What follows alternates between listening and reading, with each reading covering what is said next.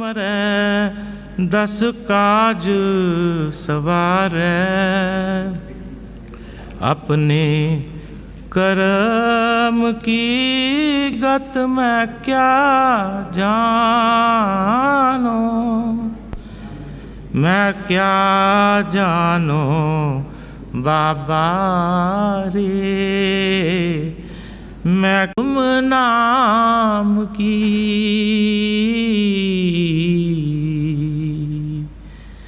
प्रीत लगी, तुम नाम की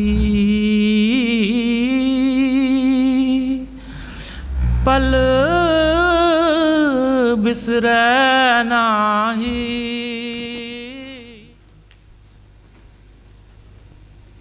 Welcome, friends, satsangis, brothers, sisters, all of us who are on the same spiritual path. I will say a few words in English and then follow with words in Punjabi or Hindi. How many of you understand English? ਤੁਹਾਡੇ ਚੋਂ ਅੰਗਰੇਜ਼ੀ ਕੌਣ ਨਹੀਂ ਸਮਝਦਾ? ਬਿਲਕੁਲ ਅੰਗਰੇਜ਼ੀ नहीं समझता। Everybody knows English here. कौन है आप में से, कौन है जो सिर्फ हिंदी को समझते हैं और कोई ज़बान नहीं समझते? Okay, since most people, almost everybody knows English, I'll start with that. I have come here just to share with you my experiences with a Param Sant Satguru, perfect living master, Hazur Maharaj Baba Sawan Singh, whose photo you can see here. He initiated me, gave me Namdan in 1936. On the 9th of March, a few days ago, I celebrated my 79th initiation anniversary. I think that was the most important day of my life. There is nothing more important that we can ever get in human life than Namdan or initiation by a perfect Satguru. Namdan is not a method of teaching us how to meditate. That we can learn even from the books. And that we can learn from other people who are doing the same thing. We can learn from advanced satsangis also. If we really want to know how to meditate, how to close your eyes and put your attention inside, how to repeat any Simran or mantra, anybody can tell. Telling these things is not Namdan.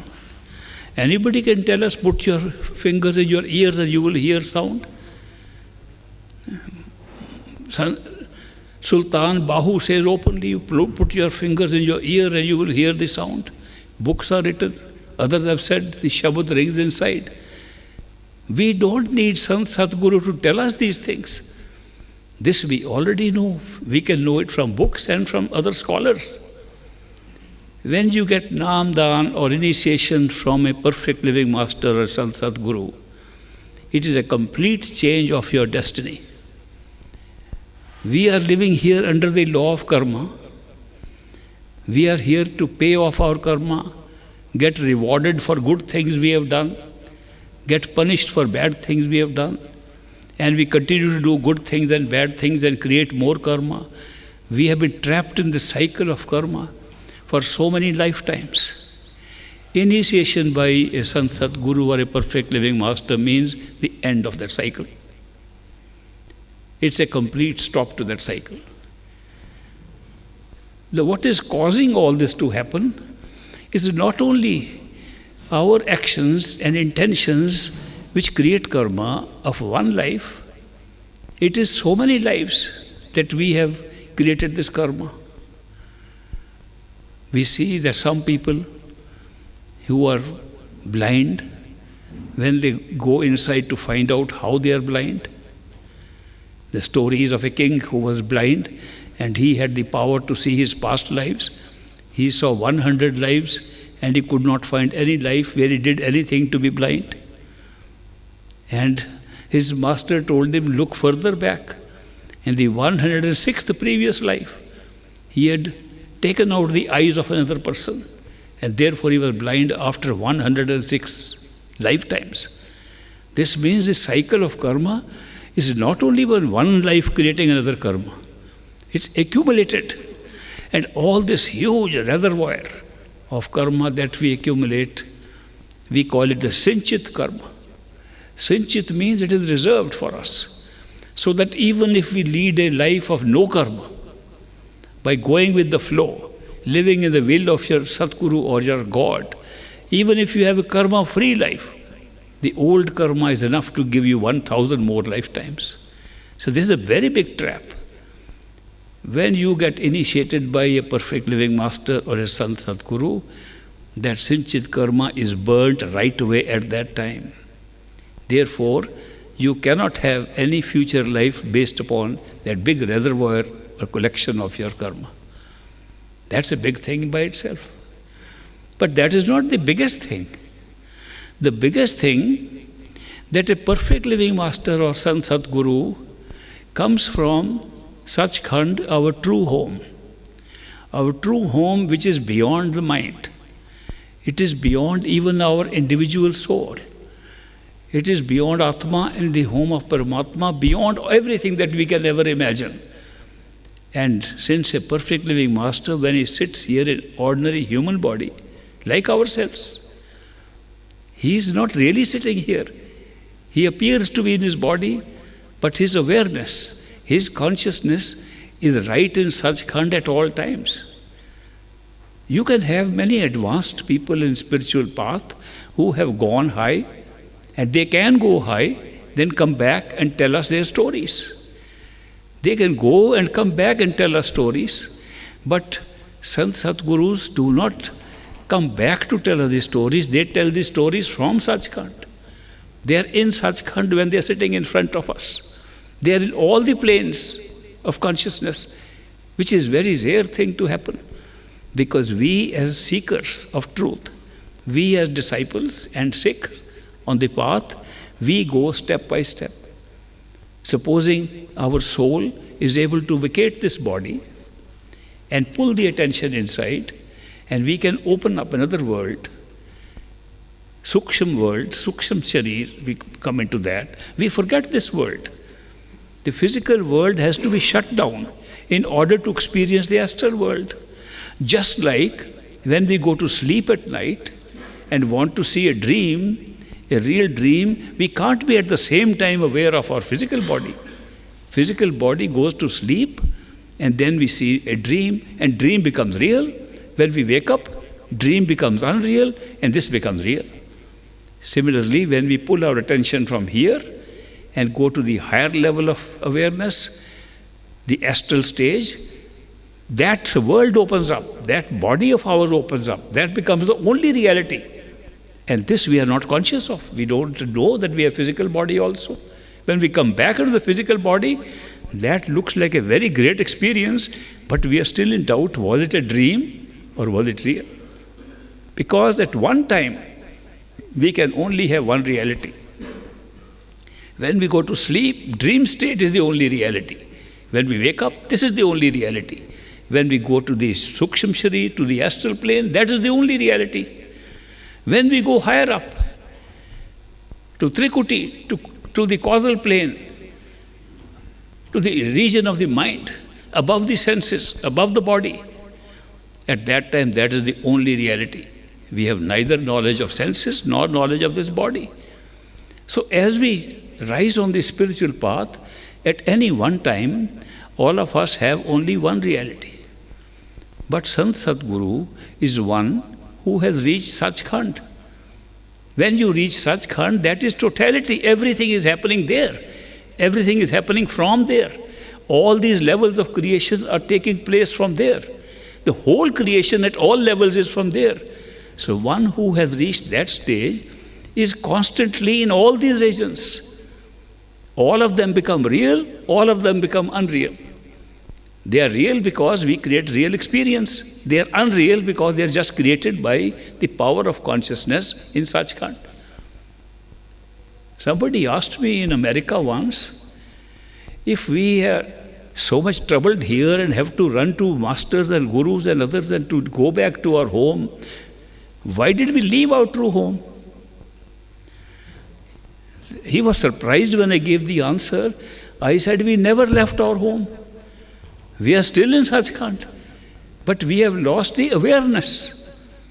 When we go to sleep at night and we run about in the dream and we go to another place in the dream, we have not gone anywhere. When we wake up, we are still there. It is the same thing. Going on a journey, on the spiritual journey, is like waking up. When you wake up, you discover where you always were. And within that awareness, you created a lower awareness. This world we are living in is like a dream within dream within dream within dream 6 times. Somebody recommended to me to see a movie. I don't normally go to see movies. I don't have the time. And also I don't like movies because so many violent things are there and then sad things are there. I cry a lot in the movies. My children accompany me, they carry extra handkerchiefs for my tears. The movies look more real to me than this world. So I try not to go to these movies. But somebody recommended an English movie called Inception. In that movie, a person can go to sleep and have a different experience. While the body is sleeping, the person is running around somewhere else. Then in the dream, that person can have a second dream. When the second dream takes place, it's totally different from the first dream. Then he can have a third dream. And third dream is another life altogether. What struck me as beautiful in that movie was that when you have 10 minutes dream in the physical body, the first dream looks like 1 hour. When you have second dream in 1 hour, the third dream looks like 50 years. That means time expands. People have had dream of 10 minutes and lived their whole life. In America, when I went there to study there, I joined a class to study sleep and dream. They were, especially those days in the 1960s, this was a big subject there. What happens when we sleep? Is there a real dream world somewhere? Or just we making up?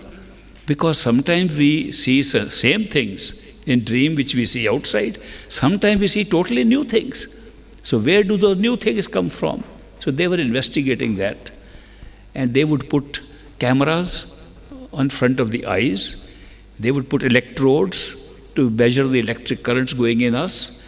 And like ECGs or EKGs, they put all that equipment, electric equipment on you and study what happens when you go to sleep. They can immediately know when you are dreaming or not dreaming from the movement of the eyelid. When the eyes move, they call it rapid eye movement. The eyes can sometimes move slowly because we are used to blinking our eyes. But when the dream comes, the eyes move very rapidly. That rapid eye movement of the eyes they can see and photograph, and they can see this person is dreaming now. Then they suddenly wake up that person. What were you dreaming? And the person says, oh, I was up in the mountains, I was seeing a waterfall, a very beautiful waterfall, water was falling. And they note that when he had that dream, his eyes were moving up and down like this. Then they wake up another person, and he says, I was watching a tennis match, ball was going from here to there. They see that when his eyes during dream were moving in this direction. They could even say what will be the movement of the inner eye, the dream body eye, even by watching the physical eyes of a person who is sleeping. They also concluded that the time the person is spending in a dream sequence is much more than is spending in the actual dream in the wakeful state. The actual case, one surprising case was that a person dreamt that he was a little child and he went to school. And he used to go to school regularly. Then he passed some examinations. Then he grew up. He went to college. He studied and he found a girl who he liked very much. He married. Then he had children. Then he grew up big family. Then he found he was old grandfather with a long beard. And then he When he was about to die, he woke up. And the whole sequence took 7 minutes. In 7 minutes of dream, he saw his whole life. So this change of time frame, that you can create more time by just changing your level of consciousness, was a new discovery. And they used this principle in that movie called Inception. I was very impressed because that is exactly what we do here. In our true home, there is no time. Sachkhand has no time and no space. It's a state of bliss where all creative power is there, but nothing is manifest like this. All possibility of manifestation is there in our true home. It's so beautiful. It's true, actual bliss. I was very surprised to see this hall is called bliss also. That's just a coincidence. But the blissful state in which we are, there without time we create a time sequence when we go into the region of the mind and we create so much infinite time. As we dream further into the astral plane, we create more time and vastness, space and time. When we come to physical, we create so much. In one instant in Sachkhand, we create millions of years of life here. Because unlike the movie Inception, where their sleeping was only through 3 stages, dream within dream within dream. Here we have dream within dream within dream within dream within dream, 6th level. We are at the 6th level of dreaming. And that is why we are caught up in this idea, huge karma, law of karma is operating. We are trapped here forever. This goes on forever. And there is no forever in our true home, where the experience is taking place. Therefore, when we wake up, we awake to discover that all this was a dream sequence created in our true home, and all that these methods of going and waking up to our own Sachkhand are methods of waking up finally 6 times. Every time we wake up, we go to something better. In that movie, there was one other very interesting thing, and that was that when people went to sleep, they made arrangements how to wake up. Because supposing they get caught up in a dream, it can last 50 years, how will they wake up? So they carried, before going to sleep, they carried a little totem in their hand, a little piece of a toy which had a little sharp point, so that that sharp point was in their hand. When they slept, they felt the sharp point is still in their hand. And when they pressed that sharp point, they woke up because of the pain. Now, this is just like the eyes moving when you are having dream, because eyes are in the physical body. And you are not aware of the physical body when you are in a dream state. In the dream, you are using different body and different eyes, but these eyes are connected with that. And when you have pain in that body, you wake up. When you're going to die, fall, something is going to happen, you immediately wake up. Therefore, the method they have used in their movie to have something in their hand by which, if the movie is not too good, if the life is not too good, they can wake up and go to state of wakefulness, ultimately go back to your true home. We have made the same arrangement in this life. What is our totem? What is the thing that we can press in our hand and wake up? That is called the Sant Satguru, the perfect living master. We have prepared a totem for ourselves. We have arranged this. Before we left our true home, we made sure if we are trapped here, we will be able to use some method by which we can go back home, go up to our wakeful state. We made this arrangement because we were intelligent. The total intelligence of the world was with us. We were not that stupid to get into a world and not have a way to come out.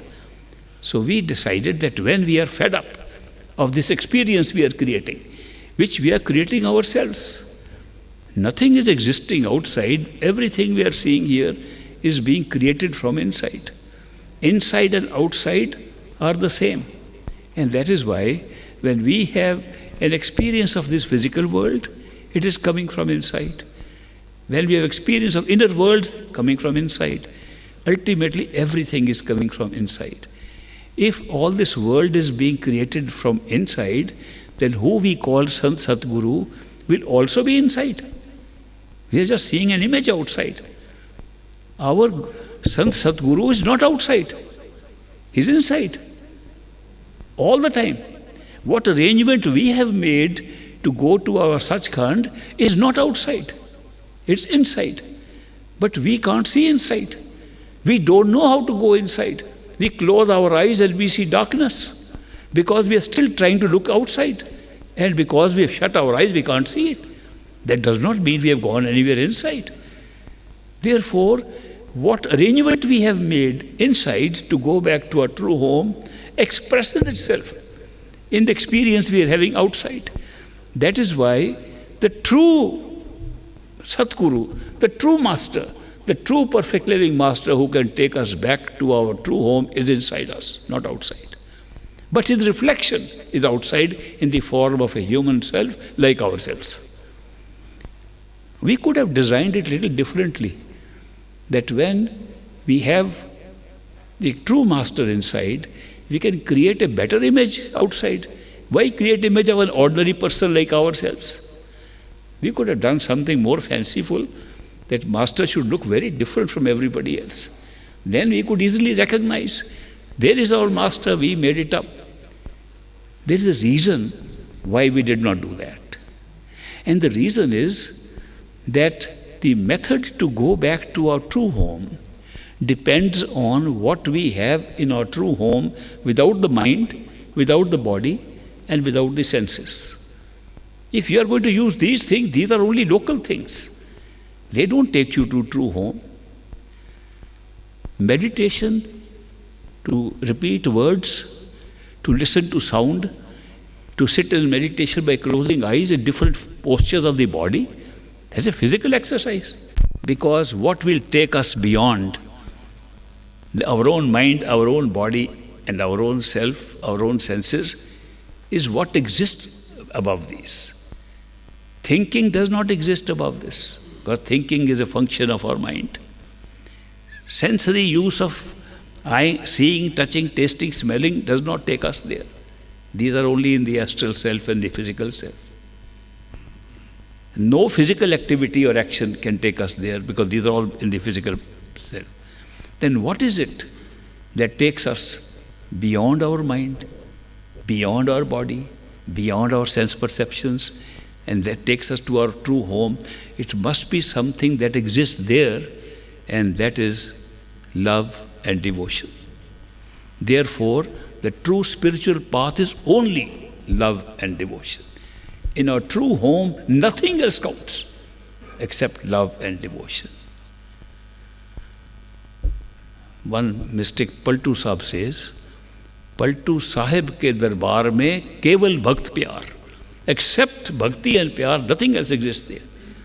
All the rest of the things we are doing, trying to run around to find gurus, to run around and attend satsangs, to run around and try to find where we can better guru, where we can do better mantra, which is a better simran, to find better words, they all are left here.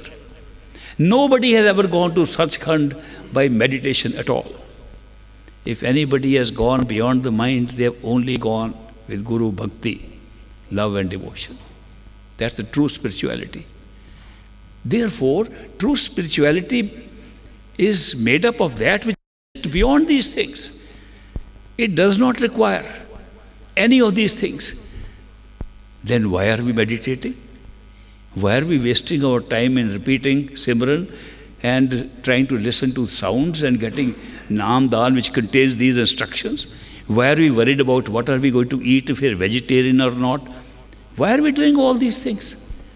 We are doing these things to satisfy our mind. It's only because mind is the only thing that is coming in the way of us and our totality, our Sachkhand.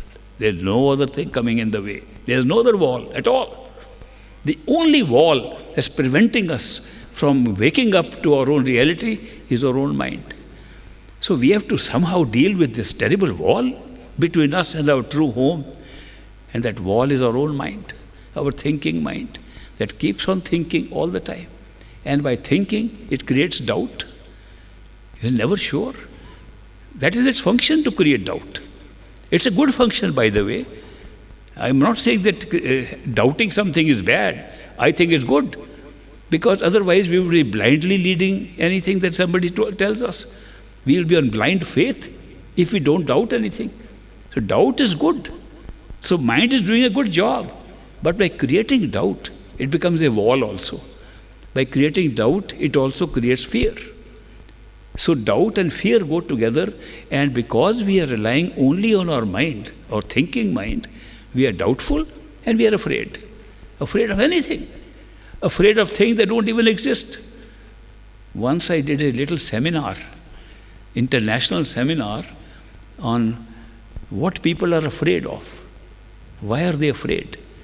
Because I believe there is no necessity to be afraid at all.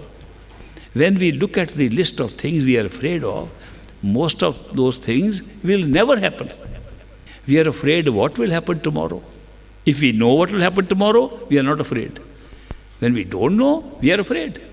What is behind that wall? We are afraid. What is in that shadow? We are afraid. What is that person thinking about me? We are afraid.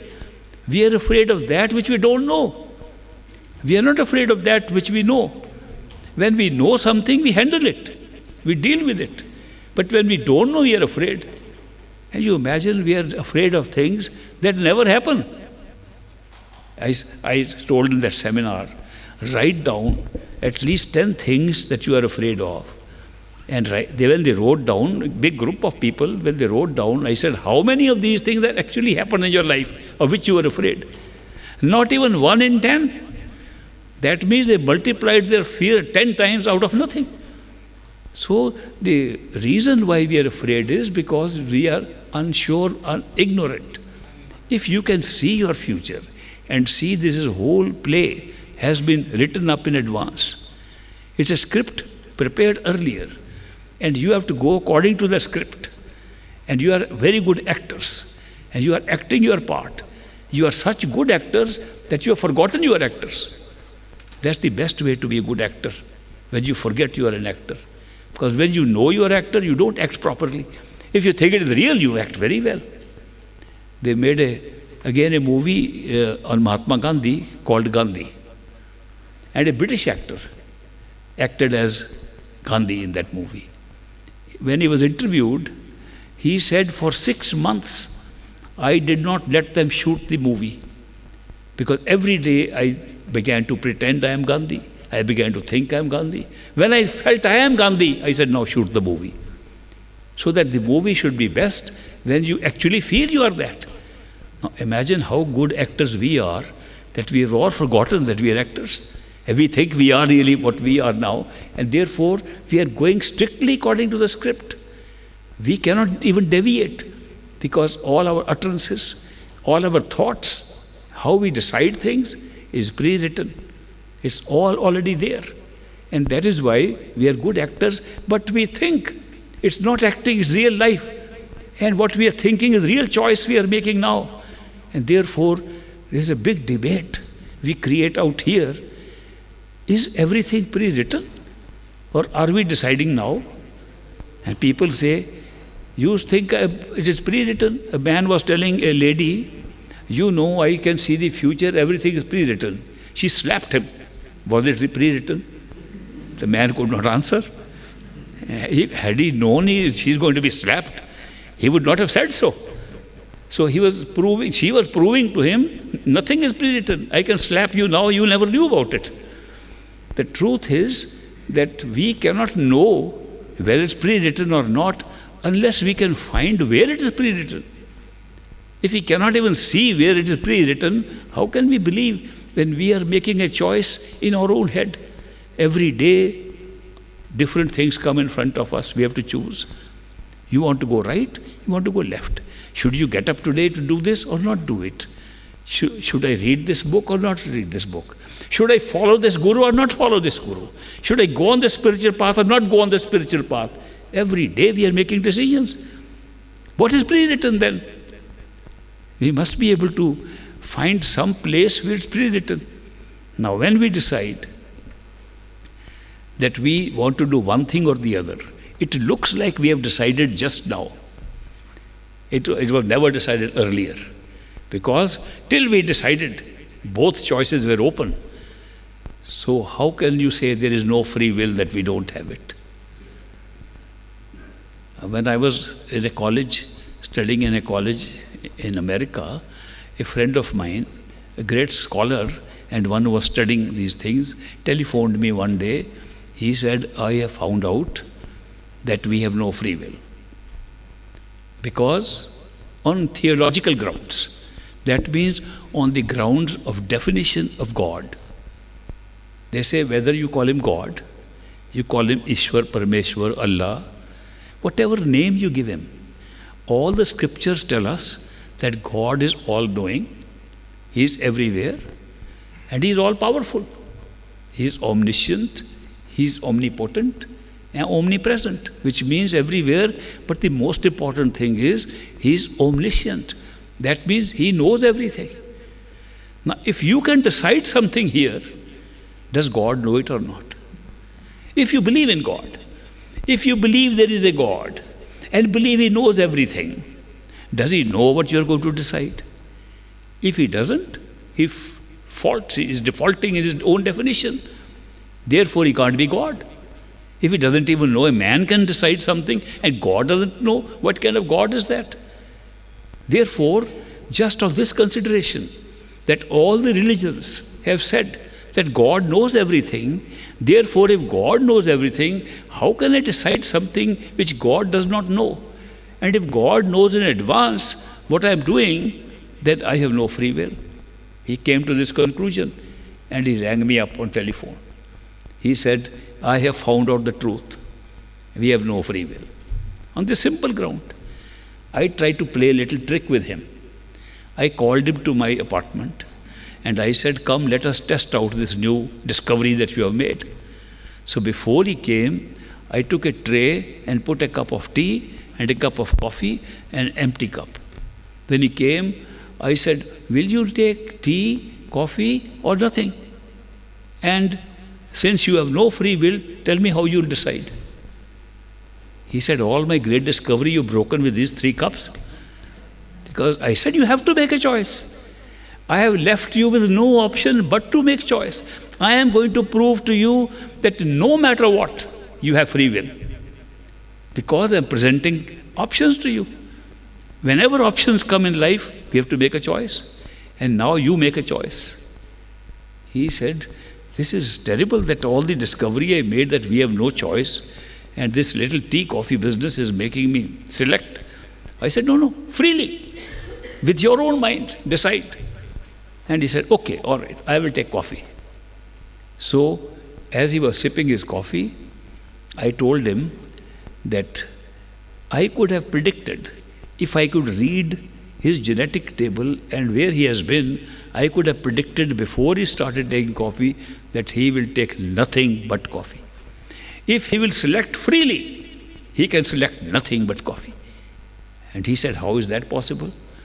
I said, because when we make a choice, any choice in life, what is it that makes us that choice? What happens in our brain? What happens in our thought process by which we choose one thing or the other? I said, there are only 2 kinds of factors that affect our choice. One is genetic. Maybe your father liked coffee, your grandfather liked coffee.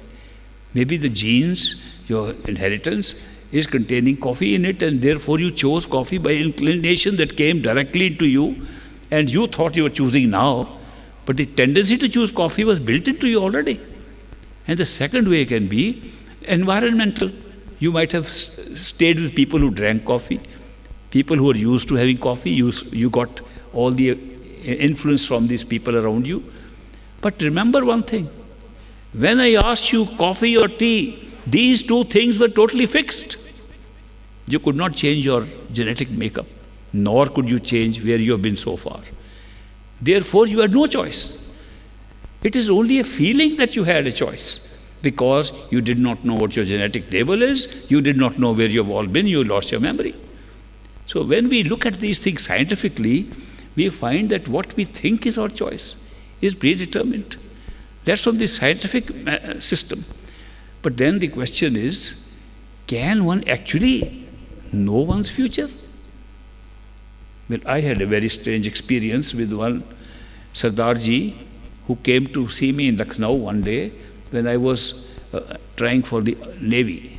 I had just appeared for a Navy examination to join them in Lucknow, and one Sardarji said, "Good luck" to me. And I said, "Why are you speaking English?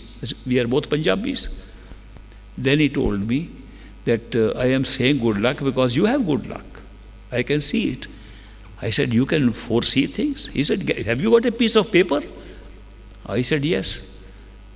So I had just got a whole bag of papers from my interview, so I gave him some paper and he began to look at my eyes and write something on them. And he folded that paper and gave me in my hand, and he said, "Now, have you more paper?" I said, "Yes." He said, "Now write a number between 1 and 10. I said to myself, now this is a very old story, long ago, but I remember very clearly. I said, this man is trying to bluff me. He thinks just because they say write between 1 and 10, he expects me, I'll immediately write 5, which is just a tendency to write in the middle. I am going to call off his bluff and I will write 3. So I wrote 3. He said, write the name of a flower. I said, he's expecting me to write rose, the most common, gulab, most common flower. I said, let me think of a flower these people in UP, in Lucknow, don't know about. So I thought of chameli, which is familiar. So I wrote in English, Chameli. He said, write your date of birth. I wrote 1926. He said, that is your year of birth. I said, date of birth. So normally we write date and month first and then we write year. But I wrote the year first and then I wrote the month and the day. He said, now open the paper I gave you. I opened the paper. It said 3, Chameli, 1926, then date. I was totally floored by that. How could he possibly know? He was not reading my thoughts. He had given me the paper before I thought. I had not even thought about these things. He had given me the paper, and it is minutes after that. He is asking me the questions. It is after that I am thinking all these things. But while I was still stunned by his great thing that he had done to me, he said, shall I tell you more? I said, yes. He said, when I asked you to write a number, you said, I am going to call off his bluff. And I am not going to write 5. I am going to write 3. He knew exactly what I had thought. But he wrote it before I thought. When he said, when you said, write the name of a flower, you said, he's expecting me to write rose, gulab, and I will write chameli, so you wrote chameli. And similarly about date of birth, he knew exactly how I will think and decide this thing before I had thought. One of the most significant experiences I had to show that even the way we think is pre-written. Even the way we decide what to do is pre-written. Everything is pre-written. But it does not look like that. It looks like we're deciding now because we don't know what is pre-written. If we found out what is pre-written, then of course we would go with the flow. We'd enjoy the show. When you go to an amusement park and have a ride, you know the ride will go in a certain way. You don't cry or do something to it. You enjoy it because you know the whole ride will take like this place. Supposing we come to know that our whole life is pre-written and we just have to live through and enjoy it, we would enjoy it. It's like a show, like a movie. We would look at our life like a movie if we knew it is pre-written. Because we have come to see a movie and things will happen exactly as they are happening. There will be no change at all. But we always expect change. No, something better will happen. I am in trouble. I have to solve this problem. Now I want to go to a guru to get some divine intervention to change my destiny. All is pre-written. Even changes that we think are made, and they are made, are part of the act, are part of the pre-written thing. It is like going to a movie. Now we go to a movie. I am sure you all have gone to movies. When we go there, we first of all forget for a moment that it is just a shadow. There is nothing real. They're just pictures, not even real pictures. Shadows being created on a screen from a film which is behind us, not even in front of us. Film is behind us. It's predetermined, pre-filmed, pre-shot. Nothing is happening today. Everything is behind. And there's a light behind that going through the film and creating shadow. And we say, what will happen next? Oh, this is very bad. We cry. We go with the shadows and think they are real. Why do we do that? Why do we, when we go see something we know is not real, we laugh with joy and we can jump up in the seat if something frightening is going to happen? It creates terror in us. How can shadows, and we know it's not nothing happening now. It is just a shadow and we are affected so badly by it. There must be some reason that we forget it's just a movie and we are participating as if it is real. There's a reason for it. There's a reason why we do that. And that reason was spelt out by a very old philosopher, a Greek philosopher, whose name was Aristotle. Aristotle said, it is necessary in our life to have drama. We must watch drama. And drama need not be real. It should be just an act, just a play. In those days, there were no movies, but there were plays on the stage. And he said, when we watch drama, we forget it is not real. We start taking those actors as real. And the reason he says is because we have excess of emotions in us. And to relieve the excess of emotions, we need to identify with something that's unreal and we think it's real, and that helps us to relieve our emotions. And we identify ourselves with those actors. This is exactly what we do now. When we watch a movie, something happens to us. We enjoy horror movies. We enjoy tragedies. Would you ever enjoy if they were real? Yet we enjoy them. At the same time, we suffer with them. So the situation that's created by an artificial act, he says, Aristotle says, to translate into English his words in Greek, he says there is a willing suspension of disbelief. That willingly we suspend our disbelief. We know it's not real, but at that moment we don't want to believe. We don't want to say it's not real. We willingly suspend so that we can have what he calls a purgation of excess of emotions. And therefore he says, drama has always helped society. It's still helping today. And that's why we go and see movies and think it's real. There was near Hoshiarpur, long ago, I remember when I was in school, a villager who had never seen a movie. We had suggested come and see. And he came and see a movie. That movie had a scene in which a girl comes to have a bath in a pool, in a pond. And when she's about to take her clothes off and jump in, that young boy was very keen to see what happens next. A train comes in front and goes. And by the time the train has passed, that girl is in the pond. He can never see her nude or naked. So he is interested. He went to that movie 20 times. He was hoping one day train will be late. That is how we live our life. We live our life anticipating things will be different. They are never different. They only run the same course. But the most fortunate thing is that this is not just a theoretical thing I'm talking, that we can go and see where the script is. We can see where the movie was shot, where this life we are leading was designed. We can see how we decided to have this particular movie, how we entered this hall of life to see this particular movie. And that is possible through a type of meditation which we call withdrawal of attention behind the eyes. That all this is happening outside is being generated in this human body, and we can see this movie because we are in a human body, and the truth is lying inside our body. And if we withdraw our attention inside, we can see how the movie was shot. That is a simple thing.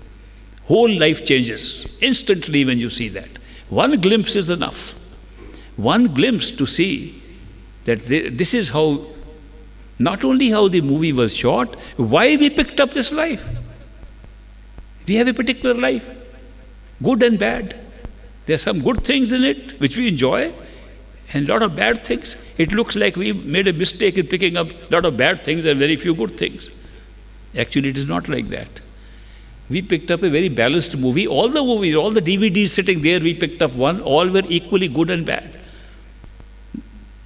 To be human, to have a human experience, it was necessary to pick up that DVD, that pattern of life, that pralabdha, that destiny.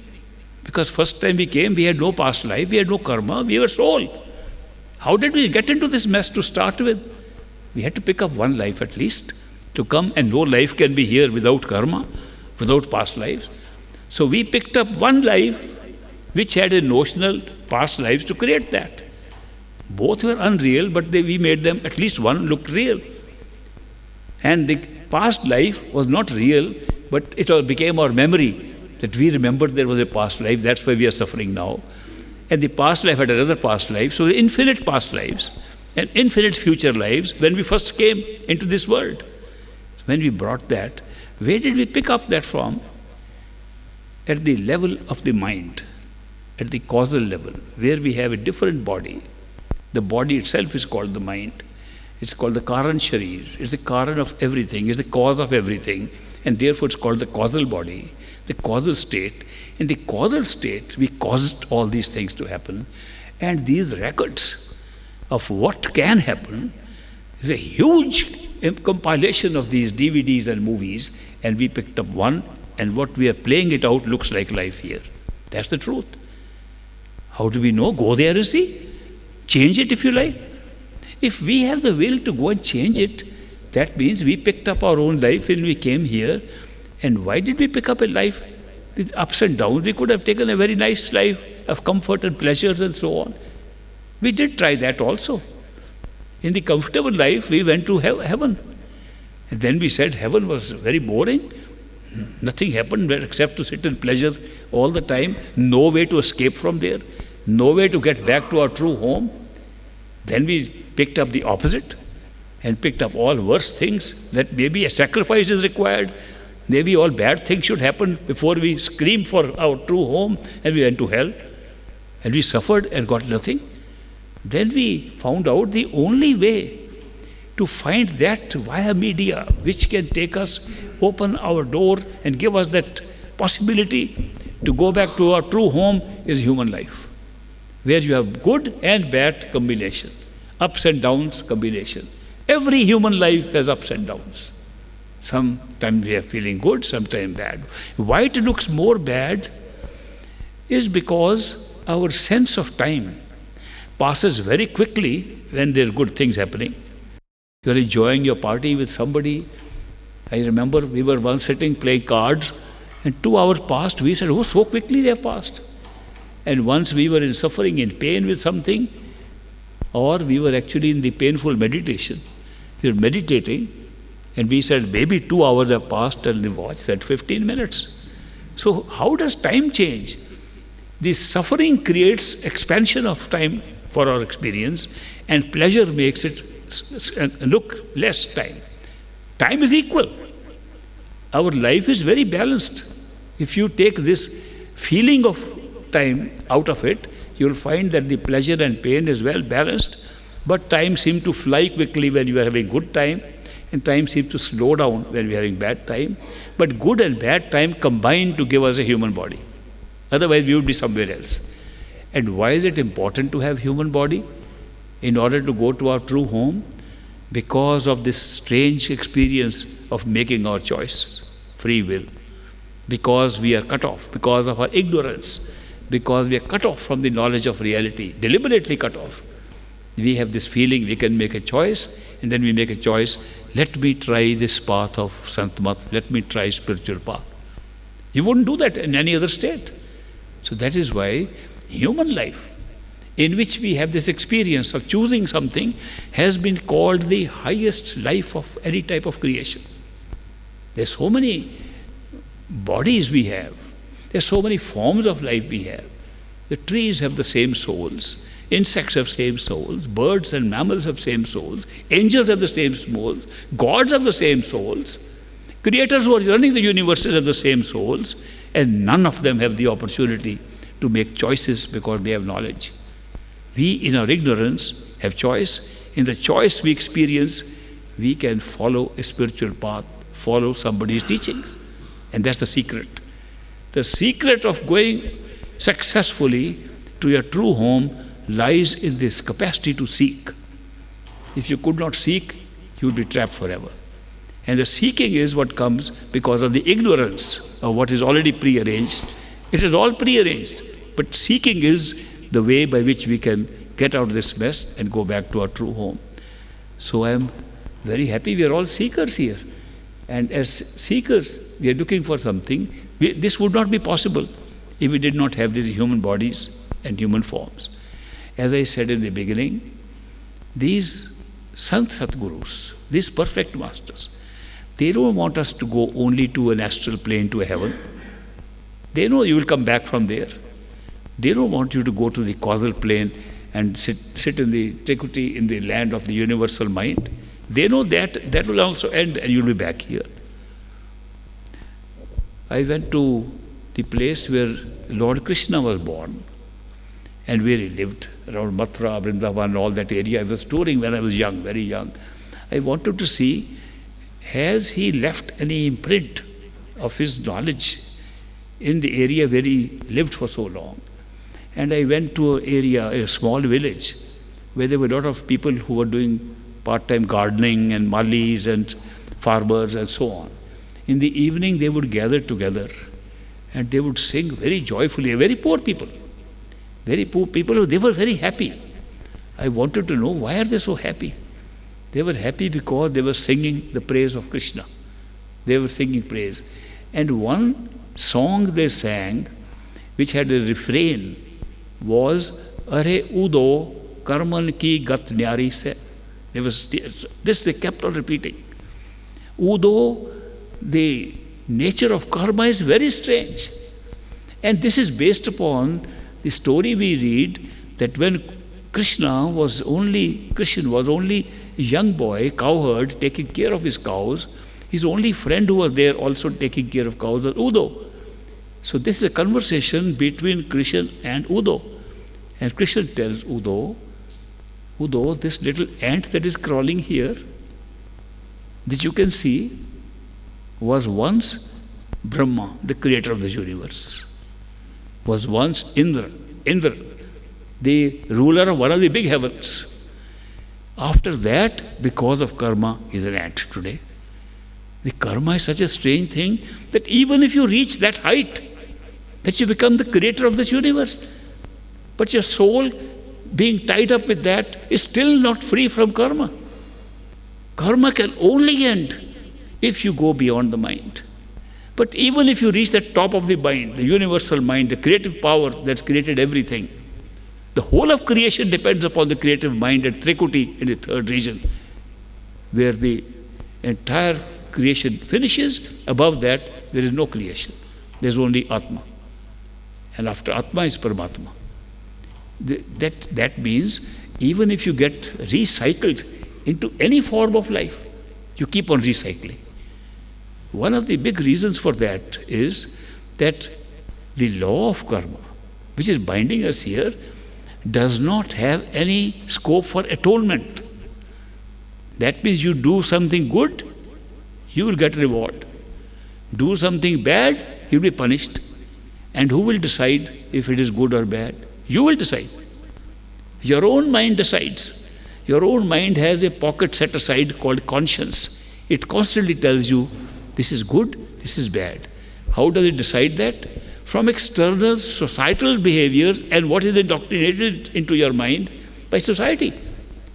At different times, society tells different things to be good, different things to be bad.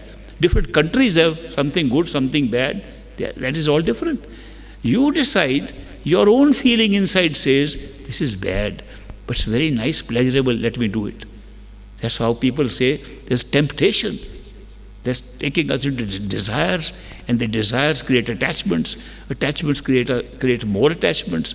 So it's all in your mind, and you say this is good, this is bad, and you create karma that's good and bad. And when you do good, you are rewarded. You do bad, you're punished. Somebody says, I did something bad, now I'm going to do 20 good things to wipe out that. No, you get 20 times reward, still bad thing, you are punished. So much so that you can have a very bad thing that you have done to justify hell for 1 month. And you have done such good things, you have heaven for 1 month. And you would go from one to the other. Extreme. That is why this law of karma binds us down here, because there is no way to cancel it. The only way to escape it is to get out of it. Because the entire law of karma is being created in our human mind. It's played out there, it's worked there, created, paid off there.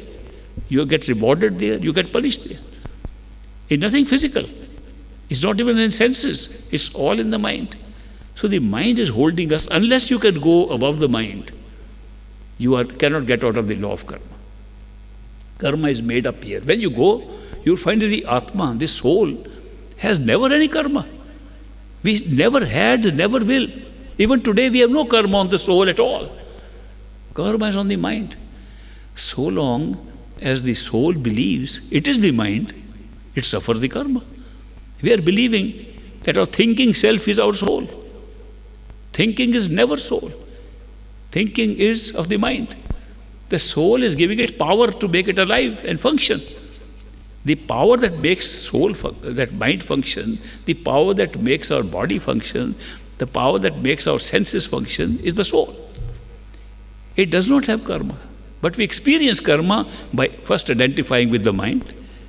We begin to feel, I think. You don't think, you make your mind think. You use your mind to think. Mind is a machine. Mind is a computer. When you use a computer, you don't become the computer. But in the case of mind, we think, so we think we are the mind. Not only that, then the mind can use for expanded experience sense perceptions. Seeing, touching, tasting, smelling, and we think that is me.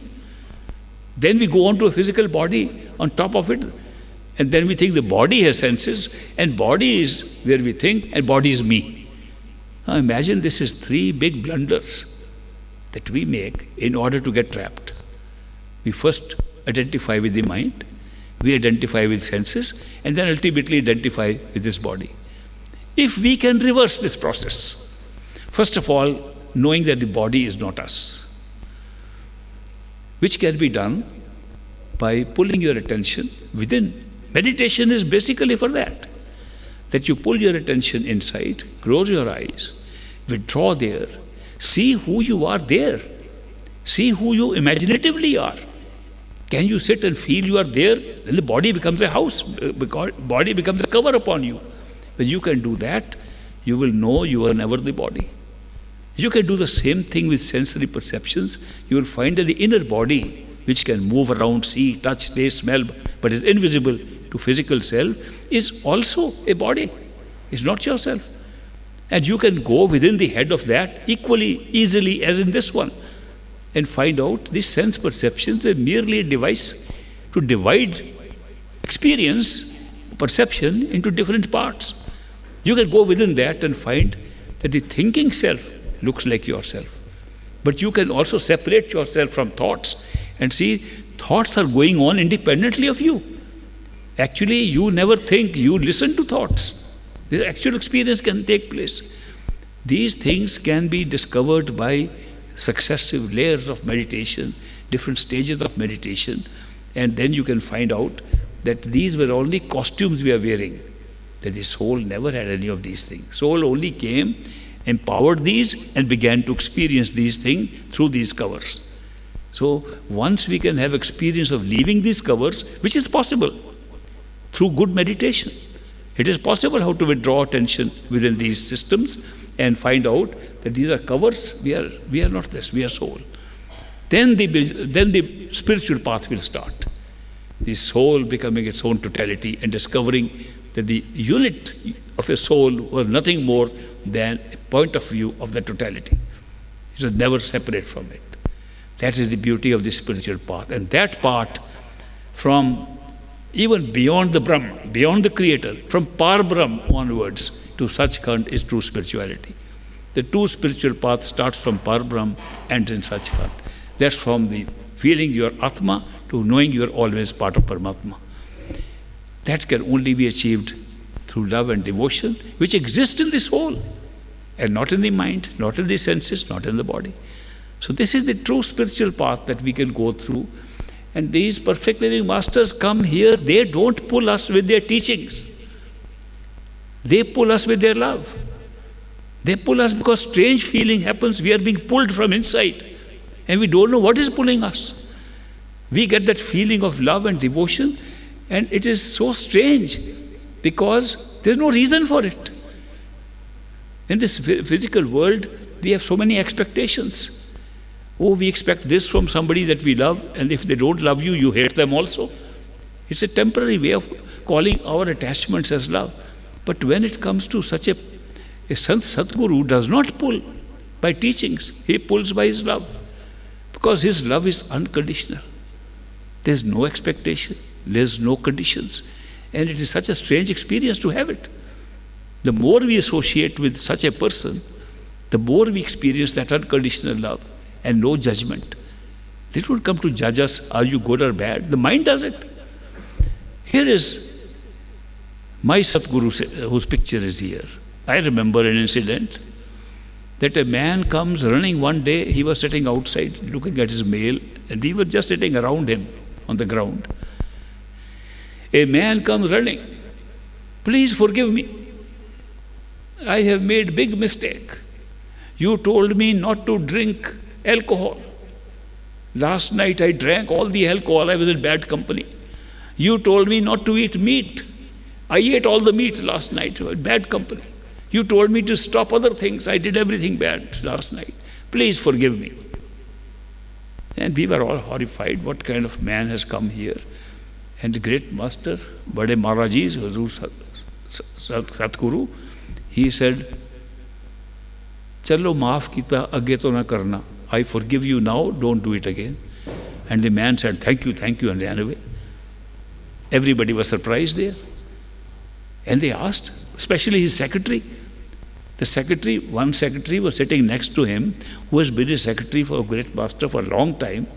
He said, Master, this man comes, has done the worst possible things, disobeyed your orders, and he simply comes and says, forgive me, and you just forgave him?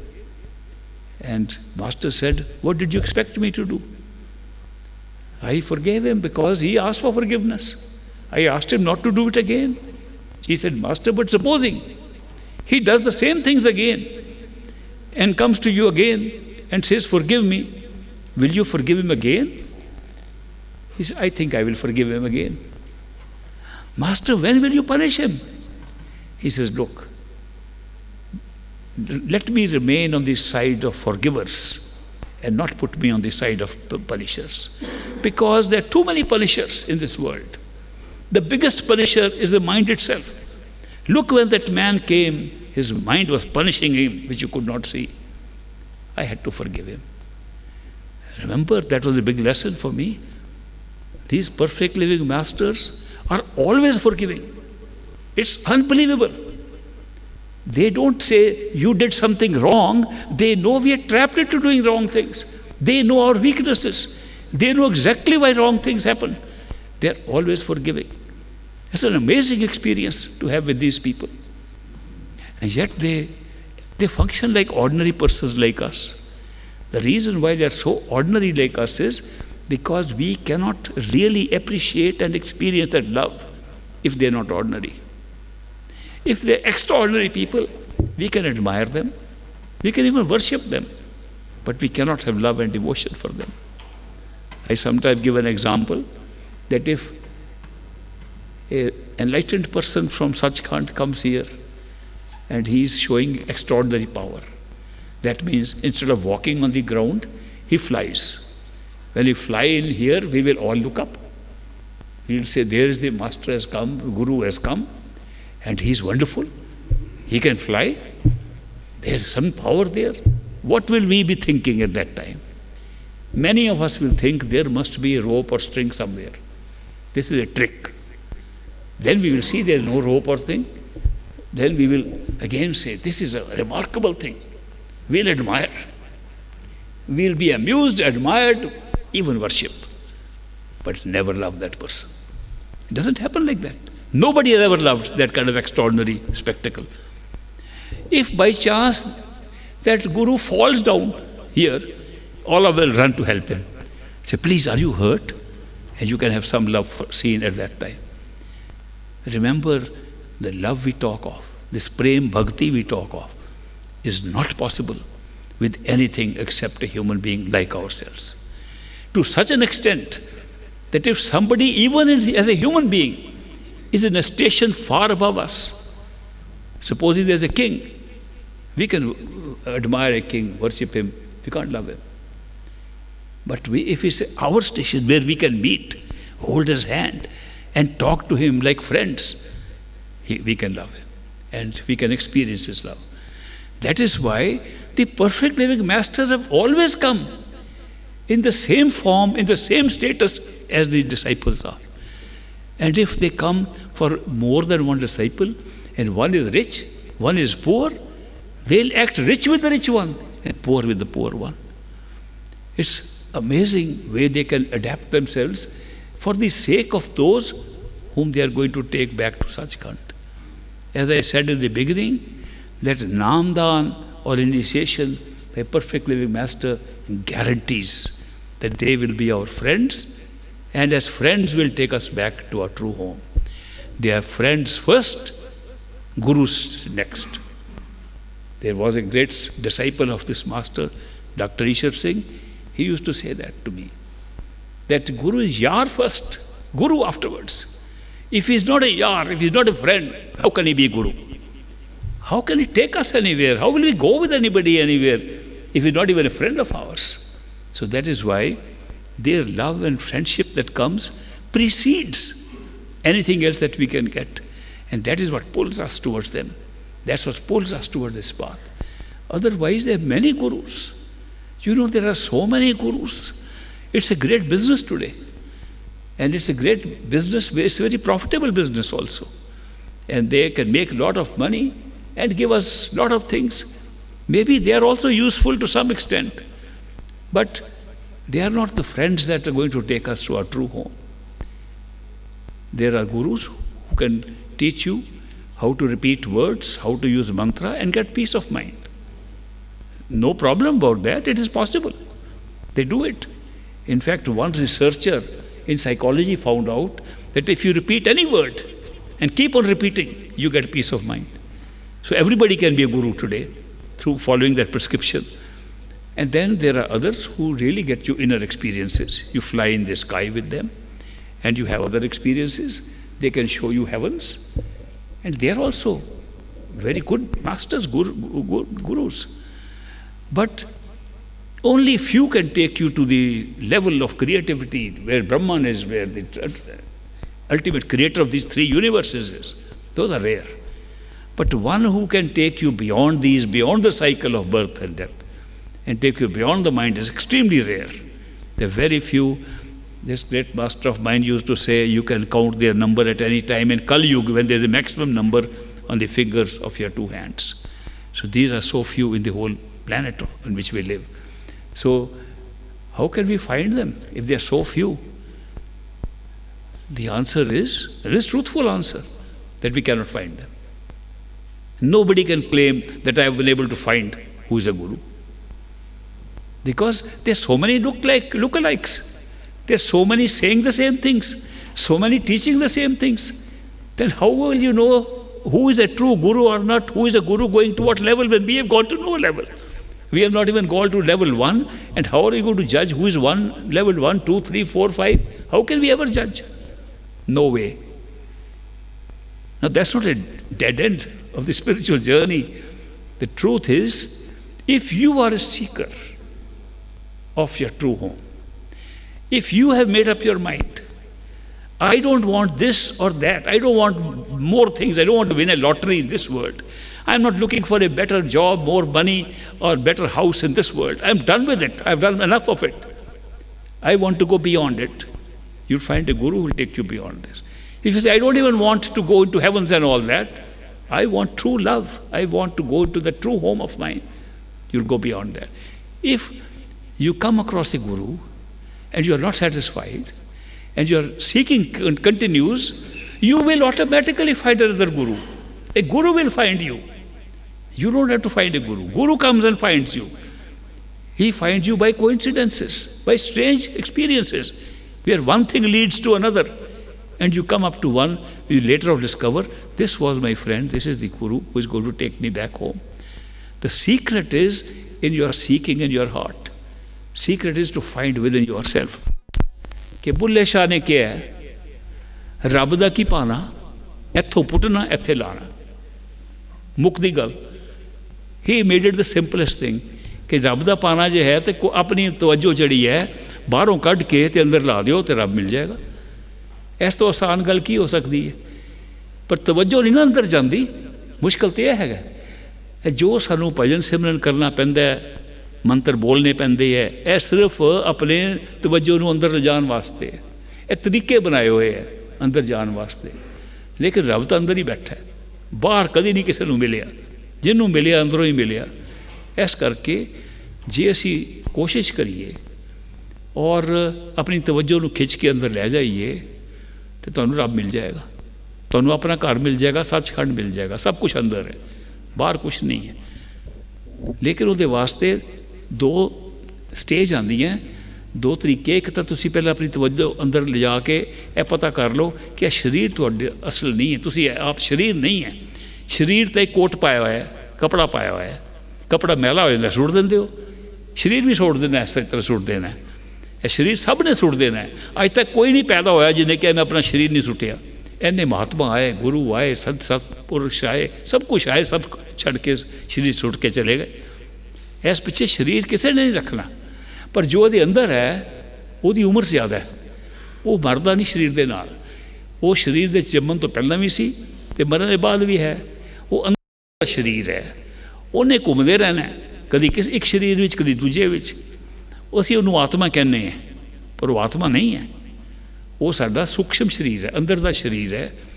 ਉਹਦੇ 'ਚ भी देखने की ताकत है, सुनने की ताकत है, हथ लगाने की ताकत है, चलन की ताकत है. चलते भी फिरते हैं बगैर इन्हां अखां दे, बगैर इन्हां कन्नां दे, बगैर इस शरीर के. वो सब कुछ करते बिल्कुल इहो जिहा शरीर, पर है अंदर. इस शरीर नूं जे उतार दईए तो आपे आ जाता है. जदों भी आदमी इंसान मरदा है वो शरीर खुद ब खुद सामने आ जाता है. लेकिन असी पहला भी देख सकते हैं, मरण तो पहला भी वो शरीर देख सकते हैं जिन्होंने कहते जिउंदे जी मरना. यदा मतलब है कि अपनी तवज्जो खिंच के अंदर ले जाइए अखां दे पिछे, तो यह जो शरीर है इत्थों सारी ताकत बाहर निकल जाती है, अंदर अंदर चलती है. असी भुल जाने साढ़े हथ कित्थे है, साढ़े पैर कित्थे है. जिन्ना चिर असी जोर ला के अखां दे पिछे बैठिए, किसी उत्थे ही बैठे हुए हैं. यह साडा मकान है, 6वां मंजिल का मकान है, 6 मंजिलें हैगियां. असी मंजिलें इस पिछे कहने हैं कि 6 चक्कर है थले. वो 6 चक्कर का जोड़ा वो सारे साड़ी ताकतां नूं कंट्रोल करते हैं. वो जिहड़ियां ताकतां साड़ियां हैगियां वो सारियां उहदे नाल चलदियां. शरीर भी उहदे नाल चलदा है, दुनिया भी उहदे नाल चलदी है. वो 6 जिहड़े ना असीं समझने ये 6 मंजिलें हैगियां मकान दियां. साडा शरीर जिहड़ा मकान है, असीं 6वीं मंजिल 'च बैठे हैं. 6वीं मंजिल 'च अंदर कमरे 'च बैठ के पूरा ध्यान इस कमरे 'च लगा दिओ जो साडे शरीर के उपर है. यह भुल जाओ कि शरीर तुसीं हो, तुसीं हो जिहड़े शरीर अंदर बैठे हुए हो. जिन्ना चिर बैठोगे, जिन्ना ते ध्यान लगाओगे, हौली हौली भुल जाओगे कि शरीर है.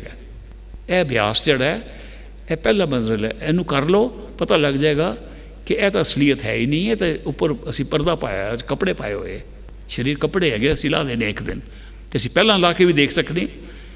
सो यह जड़ा अपना अनुभव होंदा है कि असी अपने अंदर तो देख सकते कौन है. यह तो तुहानूं भजन सिमरन नाल मिल सकता है.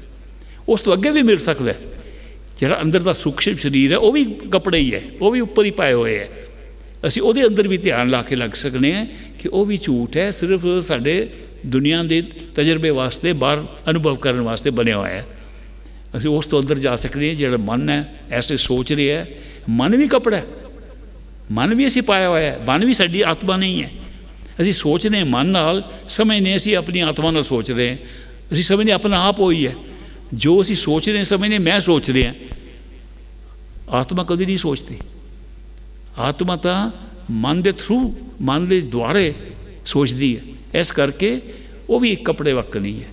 ਉਹਨੂੰ ਜੇ ਛੱਡ ਦਈਏ, ਤਿੰਨਾਂ ਲਿਬਾਸ ਬਾਹਰ ਦੇ ਛੱਡ ਦਈਏ, ਤਾਂ ਫਿਰ ਪਤਾ ਲੱਗਦਾ ਸਾਡੀ ਆਤਮਾ ਕੌਣ ਹੈ।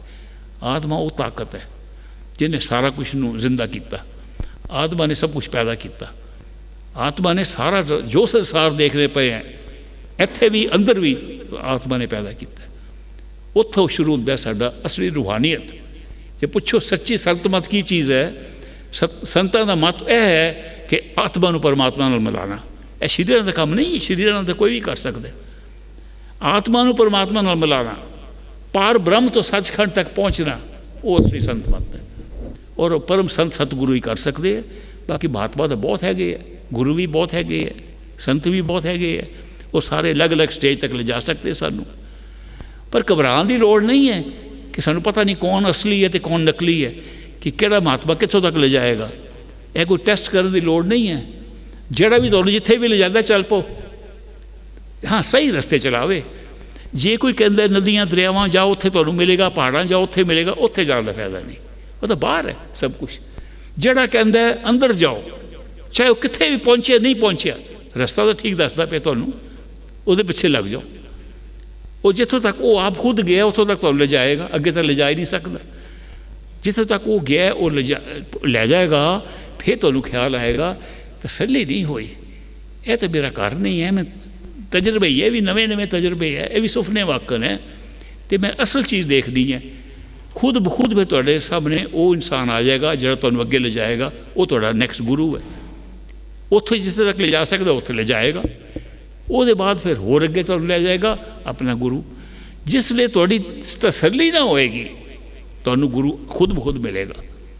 ਤਸੱਲੀ ਤਦ ਹੋਏਗੀ ਜਦ ਉਹ ਸਤਿਗੁਰੂ ਮਿਲੇਗਾ, ਆਪਣੇ ਪ੍ਰੇਮ ਨਾਲ ਤੁਹਾਨੂੰ ਖਿੱਚ ਲਵੇ, ਆਪਣੇ Sachkhand ਲਿਜਾਵੇ।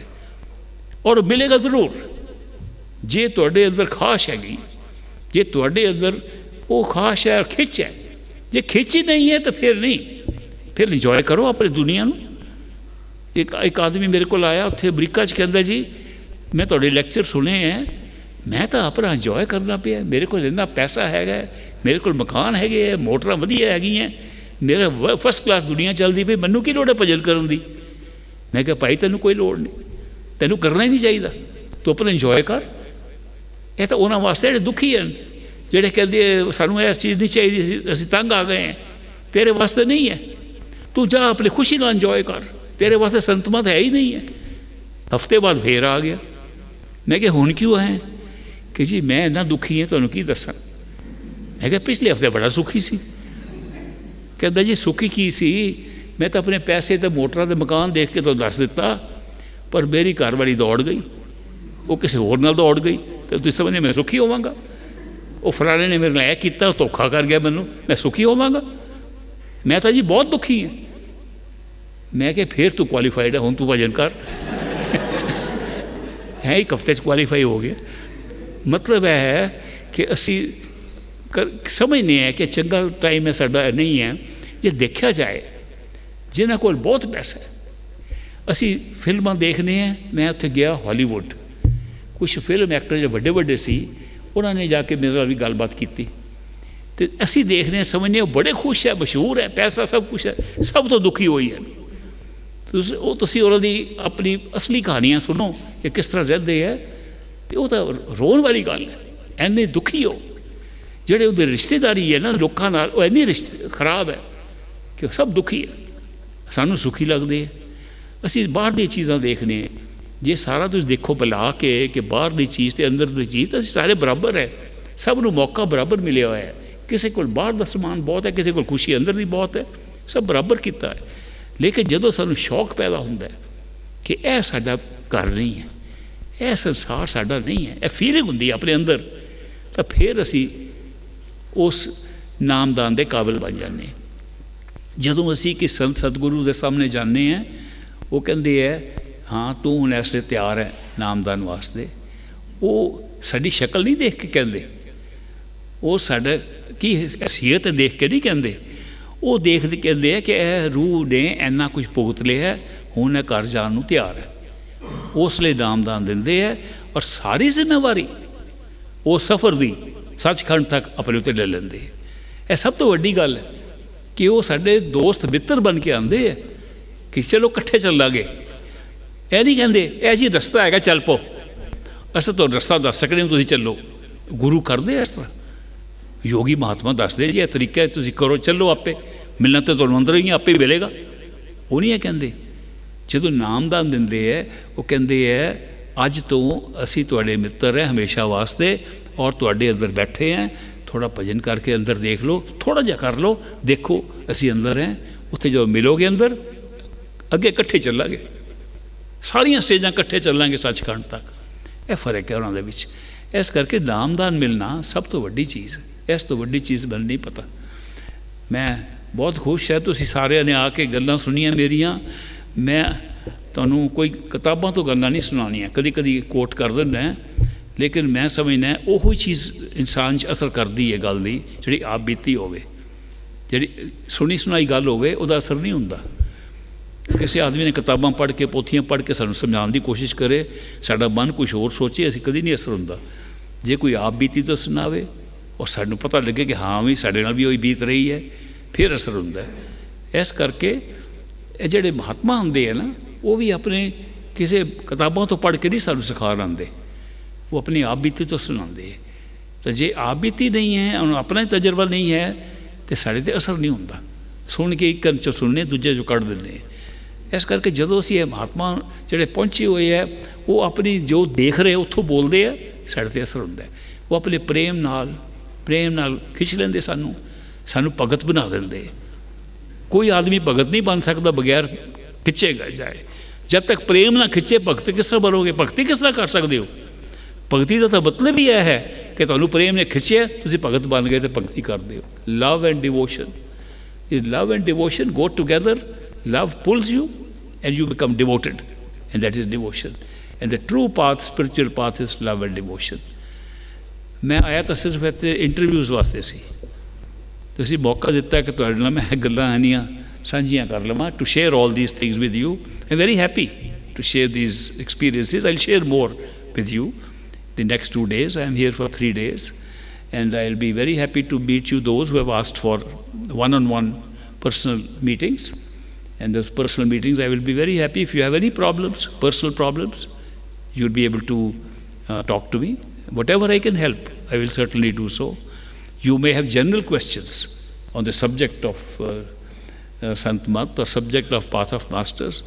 Then we will make arrangement from tomorrow that you can write down your questions, and I'll take them up. We'll spend some time, instead of just giving you general talks, to take up the question that you have, which may be of general benefit to everybody, and I'll answer those. I also understand that there is a break here available with some snacks to be served. That's also good for us, because all the food for thought and food for soul may not be enough for us. We may like some food for the body. So they have some break for that. I'm very happy to hear that. And I'll be spending these 3 days with you. And I'll be coming to India again next month. And I have a plan to visit Bangalore. And if I can make my way to Bangalore through Delhi, I may have a chance to see some of you again. These interviews that we'll be having, the one-on-one meetings, they are being prioritized in this way. Those who have come from other countries, and I believe some of you have come from outside this country, because of the long journey you have taken, we'll put them at the top. Those who have come from distant places within the country, and not from around Delhi and all, we put them next. And those who are meeting me the first time, have never met me before, we'll put them in the next category. And then the rest will be the also ran. I hope we'll accommodate as many as we can during these 3 days. If some are left, I'll try my best to do it next month. So I'll be able to meet most of you during these 2 visits of mine. Thank you very much. We'll have a break now.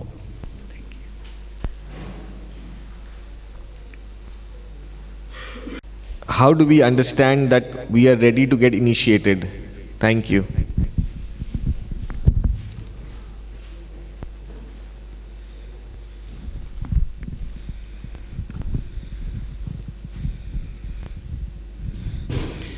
how do we understand that we are ready to get initiated? We are ready to get initiated, firstly, when we are tired of this world.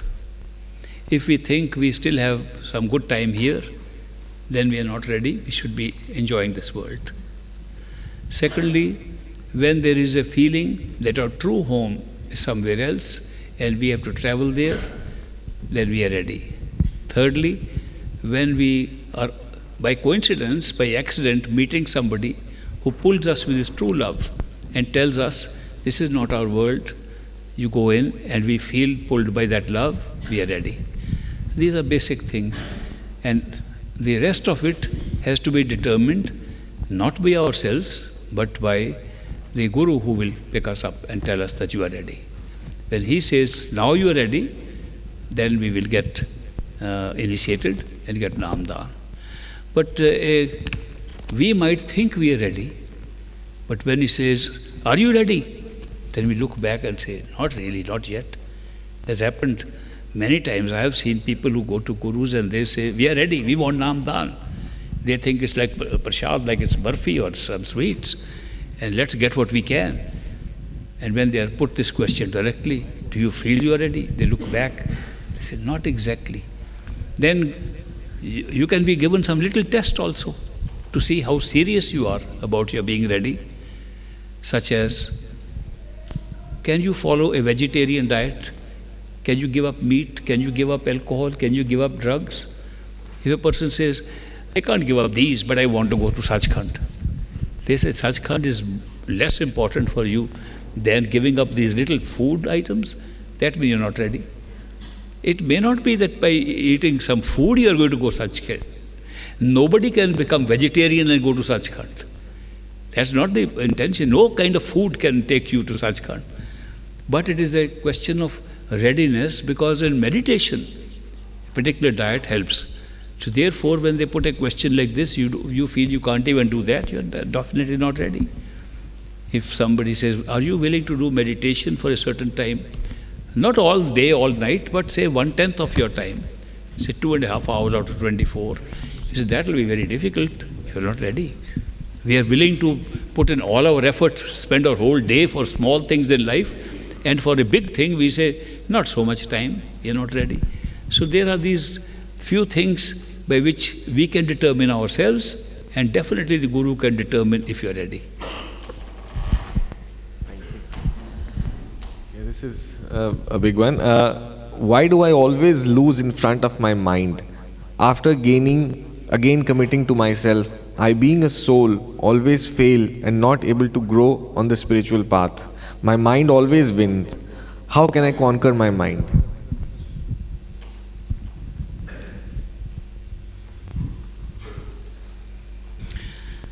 Why do I always, in front of my mind, often fail?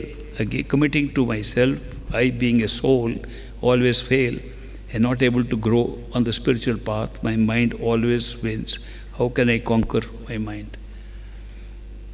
That's the main subject, actually, of my talks, and I will deal with it more extensively tomorrow if you are over here. But the short answer would be that soul never fails. Soul never fails. Soul is not come here to win or fail. This is a function of mind and body, that we win or fail. When we say win or fail, most of the time we have learnt these words, win or fail, from our experiences here. We think we have succeeded or failed from experiences here.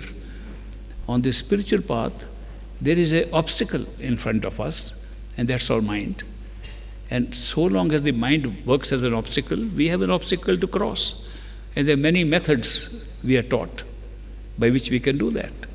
For example, what bothers us in our head is the thinking mind. We use Simran or mantra or repetition of words in order to squeeze out the words of thought and prevent the mind from thinking. It's one method. It's one method how to overcome the mind. Then the mind gets attached to things. We put a bigger attachment, which is very difficult, which is possible because a perfect living master, a Sant Sadguru, He pulls us with His love. When we can do His dhyan, His contemplation, and make Him manifest inside, first artificially, then more realistically, ultimately completely real, that we can manifest our own Guru inside. Whenever we close our eyes, we see Him. And later on, without closing our eyes, we see Him. And that's our companionship, and His love is so pulling, automatically the mind does not run around everywhere else, and we get pulled in. There's so many different stages in which we overcome our mind. So, but in the beginning, we have to fight nobody else except our mind. We have no enemy in the world. It's a show. If there is an enemy preventing us from going to our true home, that's our mind. The enemy is sitting inside, not outside. So, by using these various tricks, these are tricks according to me, tricks to trick the mind into keeping aside so we can move. We try to bypass the mind. If somebody says, I can win the mind, it's a very big statement. One saint said, if somebody came to me and said, I have lifted the whole mountain, it is impossible. For one moment I will believe. Maybe he has. If somebody says, I have drunk the water of the entire ocean, it's impossible. For one moment I will believe. But if somebody says, I have conquered my mind, I will not believe. It's so difficult. The mind is such a great obstruction. So, to say I can beat the mind, I can conquer the mind loves that game also, I must tell you. If you are meditating and you are trying to put your attention inside, the mind thinks of something outside, you beat the mind. No, don't think of that, come back. And then you fight and bring the mind, then you again start. Mind takes you in a few minutes again. No, beat the mind, bring it back. 2.5 hours you try that. You are totally exhausted at the end. You wake up a drowned man. This is the kind of meditation. You thought every time you were able to beat the mind and win, you did win every battle, but you lost the war. Because mind was interested in keeping you in this battle. Mind loves that. Now think something else, now come back. Now think something else, now come back. It's not a good way of handling this mind of ours. How to handle the mind? Learn how to play a game with the mind and be tactful and try to bypass the mind, ignore the mind, play a mind game and say, mind, you follow that, I'll follow this. Use the mind itself to think thoughts which divert you from the mind. This is a practical thing. And when you get initiated and you have access to the Guru who has already had all the experiences with the mind, he will tell you how to handle it. That is the benefit of a living Guru. You must have a living Guru, a living person who knows what's happening in your mind and also has practiced dealing with the mind. And at every step you can go and ask him, my mind is giving this kind of trouble. He'll say, do this to the mind. Practical tips. A person who has that experience can give you practical tips. And that is why, unless we are able to progress with all these games we play with the mind and bypass the mind, put it aside, we cannot cross it. We cannot make a journey to spirituality. So it's not something for one person. The questioner has asked a question which is good for everybody. We all will have a problem with our mind.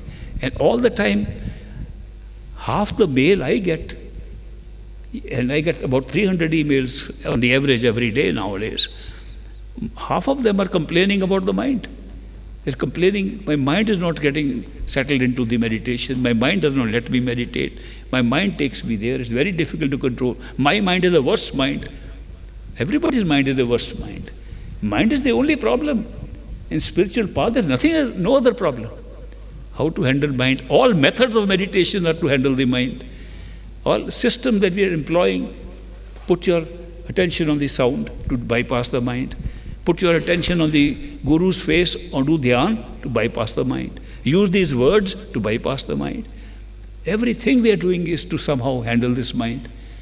But what ultimately pulls you, and I am telling you from experience, none of these efforts of yours, none of these efforts will control the mind like the pure unconditional love coming from the master and pulling you and you forget the mind.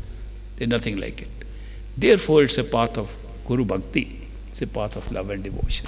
That ultimately takes you beyond the mind. Radha Swami, नमस्कार जी। बाहर का अंधेरा तो रोशनी से दूर होता है, मगर आज के दौर में ऐसा है, हर मन में अंधेरा है और परेशानी है। ऐसी रोशनी कर दो कि फिर कभी मन में अंधेरा ना हो। हमें नामदान किसी गुरु से मिलेगा और हमें कैसे पता चलेगा कि हमें हमारा गुरु कौन है?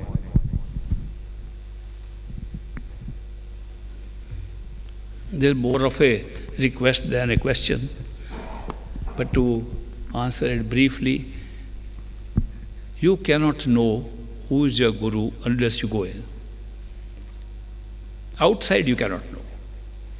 Outside it is very easy for a person to behave the same way like the gurus do. In fact, it's easier to show off more, because difficulty is these perfect living gurus have never said that they are gurus or they are enlightened or they have gone anywhere. They claimed that they are, like Guru Nanak Sahib says, Dasan ka das. They are the servants of the servants. When somebody is saying, I am a servant of the servant, there is nothing to say that he declares that he has some knowledge. People who declare are not gurus, because they are still thinking that you are different from them, that they have something that they can give you. A perfect guru knows we are all one. He knows that this game is going on between one totality. It's not that you are separate. Whoever claims that he is more than you and is giving you something is separating himself. And what separates us is only our mind. When we put the mind aside, we will find we are not separate at all. We were never separate. So the game of separation was created for this experience of the world, and a perfect living guru never says that. Therefore, it becomes harder for us to say.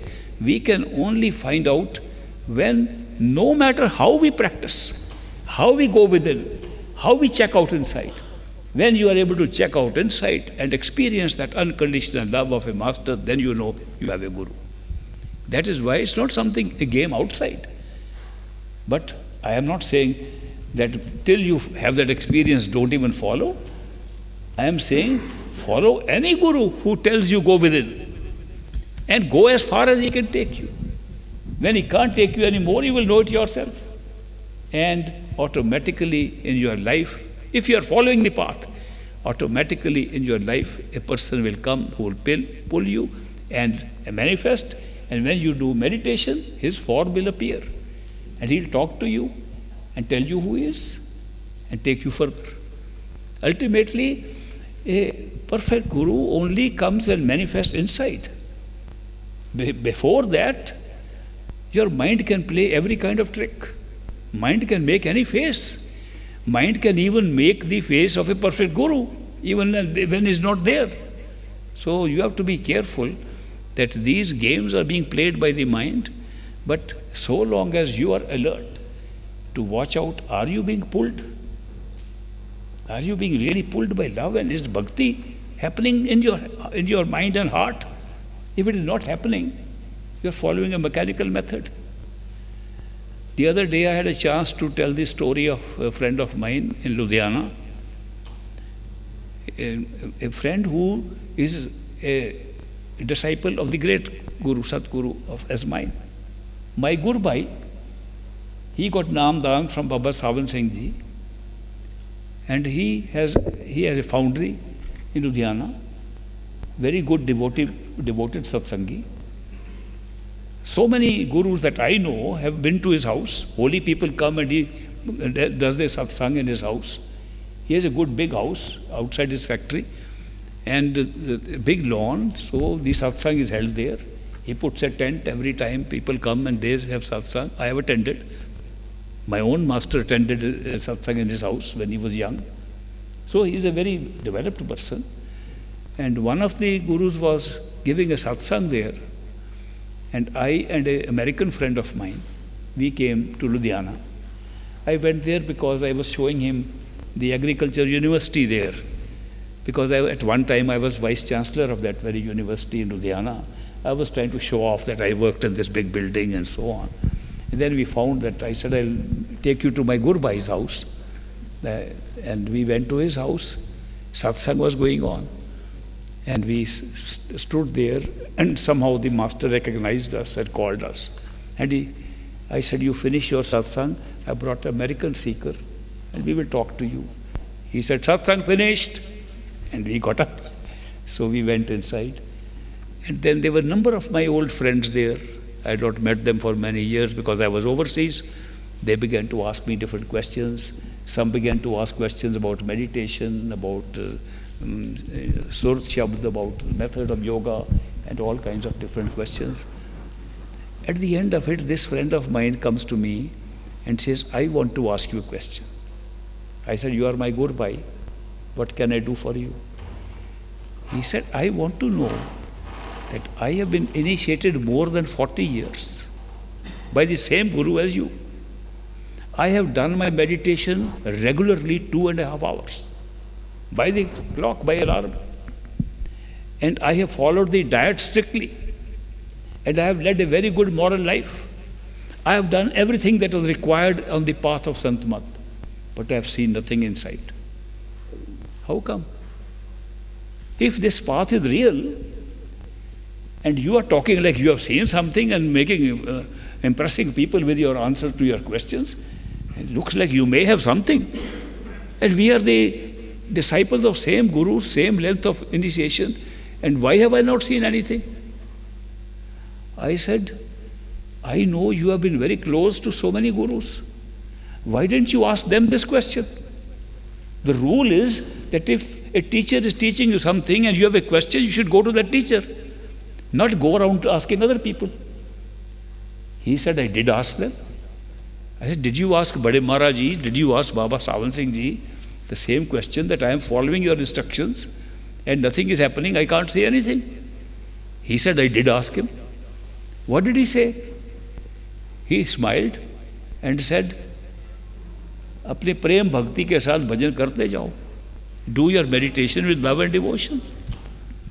And then I said, you met so many other gurus. Did you ask the same question? Yes. What did they say? Same answer. Do your meditation with love and devotion. So why are you asking me now? Because you are giving answers to others. That's why I'm only asking. I know you are my Gurbai.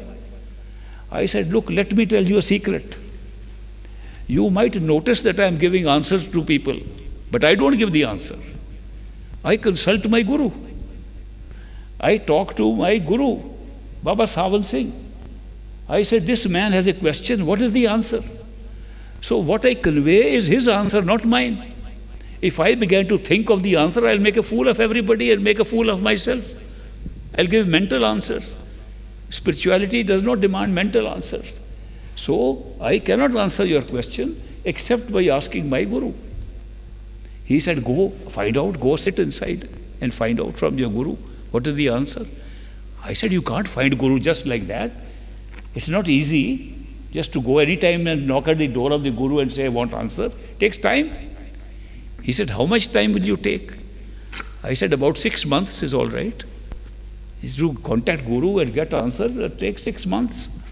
The reason why I said was because I had to leave for America and come back after 6 months. So I was trying to take the time. He said, all right, get me the answer. I went back to America. I came back after 6 months. I went back to Ludhiana, met my friend. And I said, found the answer for you. He said, what is the answer? I said, same answer he gave earlier, 40 years ago. He gave the same answer now. He said, tell him to do meditation with love and devotion. I said, now I also found out why that answer did not work. Because when he gave you answer 40 years ago, you understood he is saying, keep on doing your meditation. You missed the second part. He said, do your meditation with love and devotion. You did it mechanically, thinking that just putting 2.5 hours is good enough. Just avoiding eating meat is good enough. Nobody can go to Sachkhand by becoming vegetarian and closing eyes for 2.5 hours. Nobody has gone like this. It is love and devotion, bhakti, that takes you up there. You miss that part. Now I will tell you, from my experience, that when you meditate, bring the image of your Guru in front of you. Talk to him. Quarrel with him, if necessary. Ask him all questions inside. And worship him inside. Talk to him. He's your friend sitting inside. Treat him like a friend. Have a conversation. Before you do any meditation, before you repeat anything, first have a conversation. And then to check if your mind is not making up that image, repeat the words of Simran he has given you, because that's a check upon your mind making an image. Check it out. That's really your Guru inside. And then have a good, passionate conversation with him. Express your love and devotion for him in any way you like. Then proceed. Meditation should be a very passionate event in your life. It should not be just routinely closing eyes and saying, I've watched 2.5 hours. There was a man in San Francisco. He was a great satsangi, American guy. He invited me to stay with him. I went there. I was very tired. Long journey from India. I had gone at that time in San Francisco. He said, very good, Ishwar Puri, great master disciple. You have come here. Very good chance. We'll meditate together. I was thinking of sleeping for that night. But then he said, all right, I have to keep up with this man. He's a big satsangi. So he said, 3 o'clock we will do meditation. 3 o'clock there was, light time here in India. So anyway, I said, all right. He put his alarm clock, 3 o'clock, we were both up, and we sat down, eyes closed. And I could not meditate. From time to time, I would open my eyes to see what he is doing. In a little corner of my eye, I saw. By chance, every time I opened the eye, every time he opened his eyes, he was looking at his watch. Somehow I said, I don't know. Every 2-3 minutes, I said, let me see. He was also opening his eyes, looking at the watch. 2.5 hours we sat. When he found 2.5 hours open, very good meditation we had. I said, my friend, we had very good meditation. But this was meditation on the watch. And this has a different result. You will now love your watch. And you will love it more than before. But we never went inside. We never put our attention inside. You were trying to cover 2.5 hours. That is not meditation. You can spend 5 hours, 8 hours thinking of the whole world and sitting with your closed. No meditation at all. You can sit 5 minutes with all your attention on your Guru inside, whom you are talking to, worth more than 8 hours of meditation. It is the love and devotion. It's the presence of the Guru. And that feeling you get, that you are in his presence, that's worth more. People have gone to extremes. Kabir says to have the sangat of a Guru for not one ghadi, adi se bhi aad. For less than an hour if you sit with the Guru, it counts more than 1,000 years of meditation. He's comparing like this. What are we confused about? There is no confusion. It is not a mechanical thing that you put your body in a certain position and think like this and put your words into these mouth and your mind and you are meditating. That never takes anybody to any place. To cut the story back to my friend in Ludhiana, I came back after 6 months and gave this answer, said I will come back again and check. I came again after 6 months. He made far more progress with internal experiences. In 6 months we could not make in 40 years. So I want to make it clear, this mind cannot be controlled just like that. If there is an ultimate thing that can control your mind, it is love and devotion. This is the only thing I found in life. Gaur Bhakti, love and devotion, love from the Master, Bhakti of ours, is what can put our ego, our home behind us. Otherwise, everything we do, our ego is in front. I am doing meditation. I am doing this. I am working on this. It's I all the time. People do meditation with so much ego. I have done 2 hours. I have done 8 hours. How can you go inside with a strong I? Have you ever seen what puts the I behind you? On the back benches? Only love can put it there. When you are in love, you forget yourself. You think of the beloved who is in front of you. Your mind changes the occupation. It's filled up with the beloved, not with your I. You don't say I. But whenever you make an effort to do something, it's I. When you're attached to things, it's I. I love you. I love my house. I love my car. I love my this thing. I love all of you. This is all ego. When you love, you don't say I. The one that you love occupies the whole of you. So therefore, this is a path of love and devotion, and it is not a path of effort. It is effortless. If you fall in love with somebody, do you try to say, I have to run to that person? You automatically run. Even the physical world.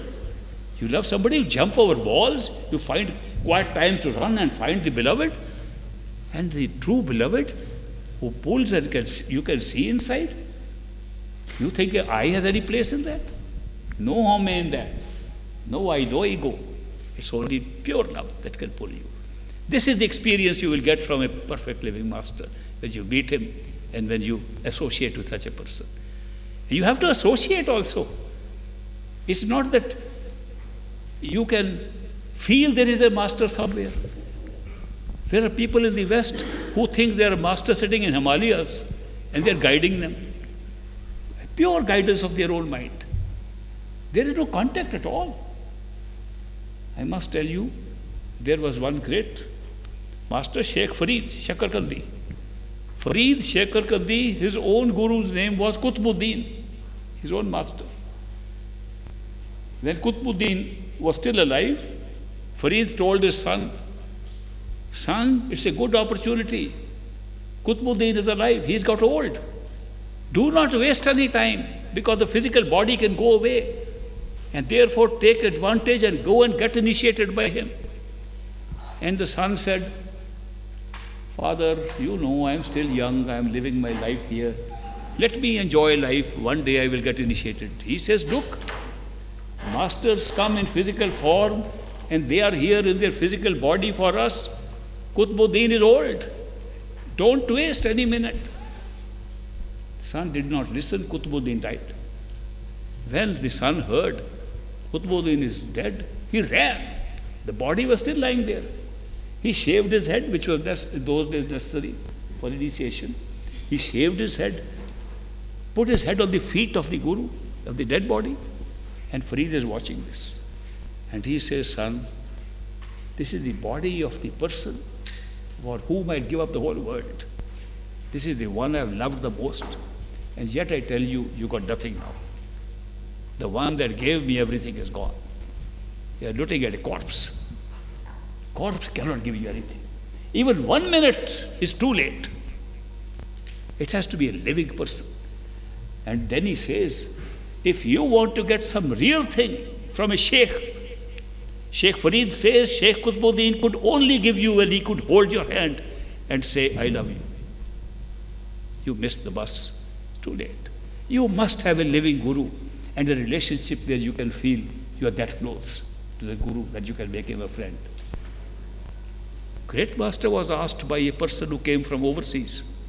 He said, Master, how often should we come and have your darshan? Great master said, if possible, you should come every day. He said, Master, but what if we are living far away? We cannot come every day, we don't live in the dera with you. Then you can come once a week. It will be good. Actually, my grandfather, Bhai Bishan Das Puri, when he heard the statement, he went every week, every weekend, no matter what, because he said once a week is necessary. But then that person said, but supposing you are living really far, it's very difficult to come. You can't afford. You don't have the money for that to come every weekend. He said then once a month should be enough. What if you're living in a far-off country like England or America and you can't afford to come every month? But he said once a year should be enough if you come once a year. And he said, supposing one cannot come once a year, Great Basi said, then one can wait for next life. You will get Janam again. Imagine the importance of physical association with the Sadguru. And we, of course, if during this period you have been able to manifest his radiant form inside, his Nuri Swarup has come into your meditation, then you have him every day. Then you don't have to run anywhere. Great Master told me, I was very young. When I was initiated, he told me, most important thing is to do enough meditation to get the radiant form of the Master inside. Then you have to do nothing more. Then the responsibilities of the Guru. Your job is only that. Your role in the path to Sachkhand is only this much. That you meditate enough that you can see the Guru inside and talk to him, you have done your duty. And that's the most important. And if you have done that, what you think is the physical form of the Guru will never die for you. Physical body will go away, but you will talk to him like you talked before. You will hold his hand like you held before. You will walk with him like you walked before. And that is the beauty of this path, that you go up to that point where you can get the contact with the Guru inside. Then you have the Guru inside all the time with you. We'll go with the break now, and I'll take up more questions maybe tomorrow. We'll have interviews in the afternoon.